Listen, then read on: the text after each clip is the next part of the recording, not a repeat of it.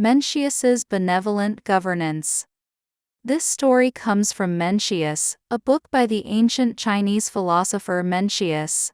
It's about how Mencius tried to convince King Shun of Qi to stop using force to rule and instead focus on being kind and fair to his people. Mencius believed that a good leader should care for the people and make their lives better. This is called benevolent governance. King Shun of Qi asked Mencius, "Can you tell me about how Duke Huan of Qi and Duke Wen of Jin became powerful rulers?" Mencius replied, "Confucius's students didn't talk much about those two rulers, so I don't know much about them. But if you want advice, I can tell you how to become a great king by being kind and fair." King Shun asked, "What does it take to be a great king?" Mencius said, "If you can make your people happy and secure, you can become a great king. No one will be able to stop you." King Shun wondered, "Can someone like me really make the people happy?" Mencius said, "Yes, you can." King Shun asked, "How do you know I can do it?" Mencius replied, "I heard a story about you. One day, you saw someone leading an ox and asked, 'Where are you taking this ox?' The person replied, 'We are going to use it for a sacrificial ceremony.' You said, 'Let it go. I can't bear to see it scared and trembling, innocent but going to its death.' The man asked, 'Should we stop the sacrifice?' You said, 'No, just use a sheep instead.' Did this happen?" King Shun said, "Yes, it did." Mencius explained, "This shows you have a kind heart. The people might think you were just being cheap, but I know you felt sorry for the ox. That kind of compassion is what makes a great king." King Shun said, "Some people do misunderstand me. Qi is a small state. How could I begrudge an ox? I just couldn't bear to see the ox die for no reason, so I used a sheep instead." Mencius said, "It is not surprising that the people do not understand your intentions. To them, replacing a big animal with a small one seems strange. But if you feel sorry for the ox, why not feel sorry for the sheep too?" King Shun laughed, "I don't really understand my own feelings. I'm not being cheap, but the people think I am." Mencius said, "That's okay. This shows you have a good heart. A kind person can't bear to see animals suffer. That's why noble people stay away from the kitchen. They don't want to see animals being killed." King Shun was happy and said, "The Book of Songs says, 'I can understand the hearts of others.' That's like you, Mencius. I did these things without really thinking about why. Your words make me realize that my heart is in the right place. Why does this make me a good king?" Mencius replied, "If someone told you, 'I can lift 3,000 pounds, but I can't lift a feather,' or 'I can see a tiny hair on a bird, but I can't see a cart full of wood,' would you believe them?" King Shun said, "No, I wouldn't." Mencius said, "Right now, your kindness reaches animals, but it doesn't reach your people. Why is this? Just as one cannot lift a feather because they do not exert strength, or see a cartload of firewood because they do not use their eyes, the people do not receive your care because you do not extend your benevolence to them. Therefore, your inability to unify the world through benevolent governance is not a matter of capability but of willingness."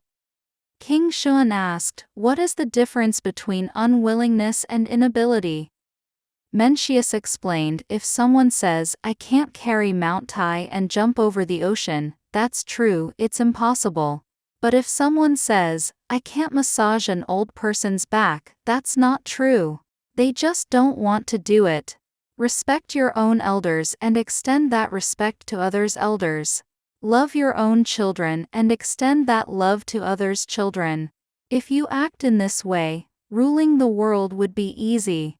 The Book of Songs says, "A ruler sets an example for his wife and children, extends it to his brothers, and thus governs his family and state."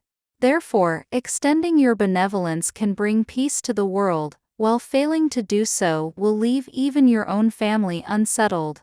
The reason ancient sages far surpassed others was simply that they excelled in extending their good deeds.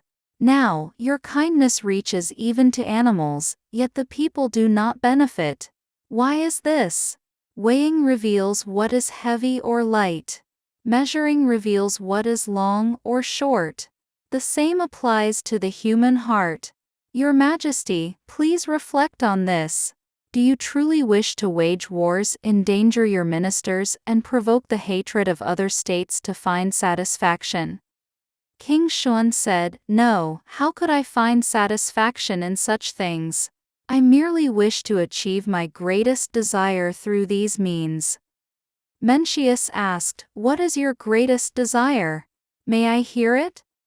King Xuan smiled but did not answer.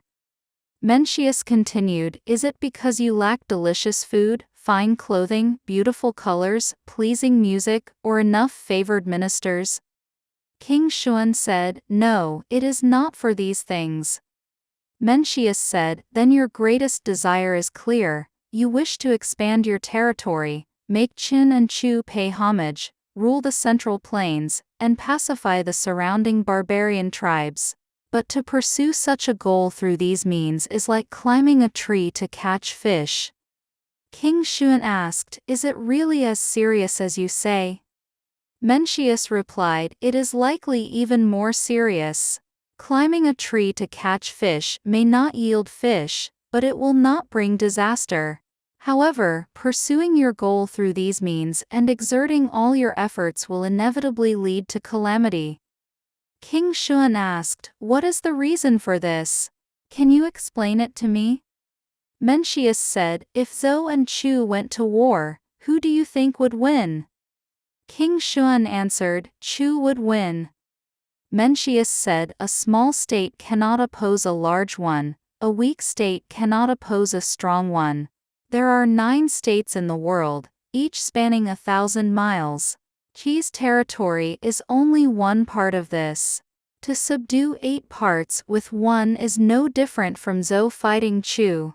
Why not return to the root of the matter? If you were to implement benevolent governance, all the scholars of the world would wish to serve in your court, all the farmers would wish to till your fields, all the merchants would wish to trade in your markets, and all travelers would wish to travel on your roads. If this were the case, who could oppose you?" King Xuan sighed, "I am too dull to achieve this. I hope you, sir, will assist me in realizing my aspirations. Teach me clearly the way of benevolent governance. Though I am not wise, I will try." Mencius said, "Only scholars can maintain a constant heart without a stable livelihood. As for the common people, without a stable livelihood, they cannot maintain a constant heart. Without a constant heart, they will act without restraint. They'll do bad things just to survive. Therefore, a wise ruler ensures that the people have enough property to live on. In good years, they will have enough to eat. In bad years, they will not starve. Only then can they be guided toward goodness. Thus, it is easy for the people to follow their ruler. Nowadays, the people's property is insufficient to support their families. Even in good years, they live in hardship, and in bad years, they face starvation. They struggle merely to survive. How can they care about propriety and righteousness? If your Majesty truly wishes to implement benevolent governance, why not return to the root of the matter? Give each family some land to grow food, raise animals, and plant trees. Teach the people to be kind and respectful.